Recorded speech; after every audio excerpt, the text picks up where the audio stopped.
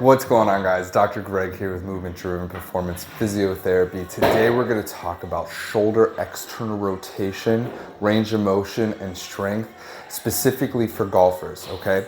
So if you get in your golf stance and you come back into that backswing, we need to have adequate amount of external rotation to be able to come back through in that slot. A lot of the time, if you don't have that range of motion, you end up being somewhat here, and when you come back, you fall out of the slot and you come over the top, and that's when bad things start to happen. So what we have to discover is, do you have adequate range of motion? And if your range of motion is not adequate, is it a mobility in terms of a range of motion problem, or is it just that you don't have the strength at end range to get there? So here's how we can solve that problem. Take your golf club and put yourself in what I would call, or try to get into a 90-90 position. So 90 degrees at the shoulder, 90 degrees at the elbow. And then what we're gonna do is we're gonna take the other hand and we're gonna push back. Leave the elbow in that same plane. Don't let the elbow drift, okay? So we're just rotating around that elbow. That elbow's the axis point. Now, if you can take your left hand and push your hand past your elbow, that's a good sign. That means you have pretty good range of motion. And then you can get into the golf stance, kind of that 5-iron stance, and do the same thing. Can you do it there? Good. So if you can do that, then your range of motion's okay in terms of your passive range of motion. If you can't, then we need to work on some certain stretches to enhance your mobility there. But can you get there actively? So can you get in that same position and get here without assisting with that other hand in the golf club?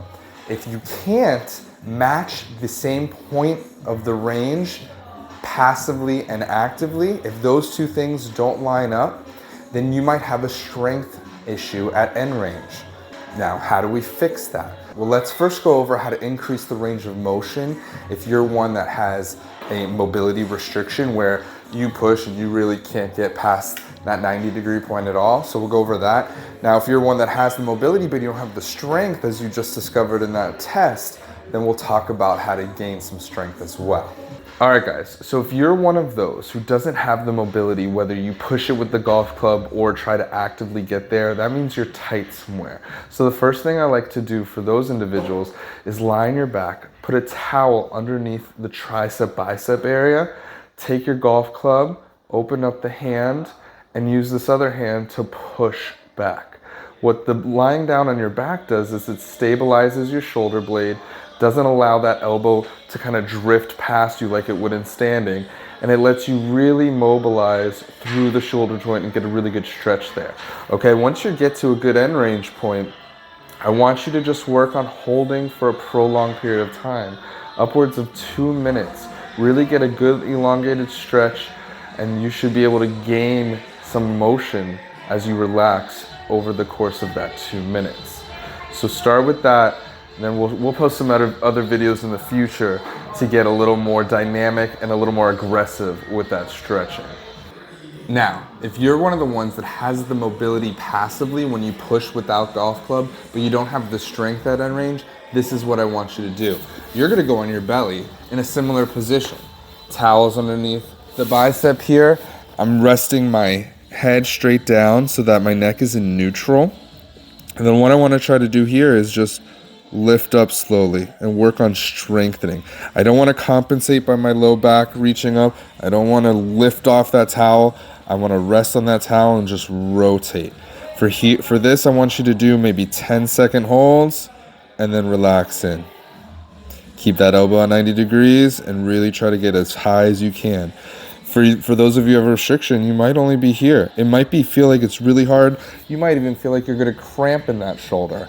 Trust me, endure, go as high as you can comfortably, 10-second holds, and work the endurance of that muscle. When you get that, when you start to master that, you'll be able to progress to some higher level activities such as using some resistance bands and then taking it into some cable rows and some face pulls and some higher level activities. But for now, we just have to activate that muscle and get it used to firing in that end range position. So if you guys are ones that have that mobility issue, whether it's actively or passively at the end range, and taking into the back of that golf swing and then coming over the top because you don't have that mobility, try these things out, do the test for yourself, see if you have the active mobility and strength issue or your passive mobility is not as good as it needs to be. And for those of you with the passive restrictions, work on that, then build up to work on strength, because if you don't have it passively, you don't have it actively. So try those things out, see if it improves the golf game. If you guys are in the Jacksonville or St. John's area and you need any help getting that golf game improved because of your mobility restrictions or strength limitations, give us a call. We work with golfers all the time. We'd love to see you and help you out. Until next time, Dr. Greg signing off. Have a great day.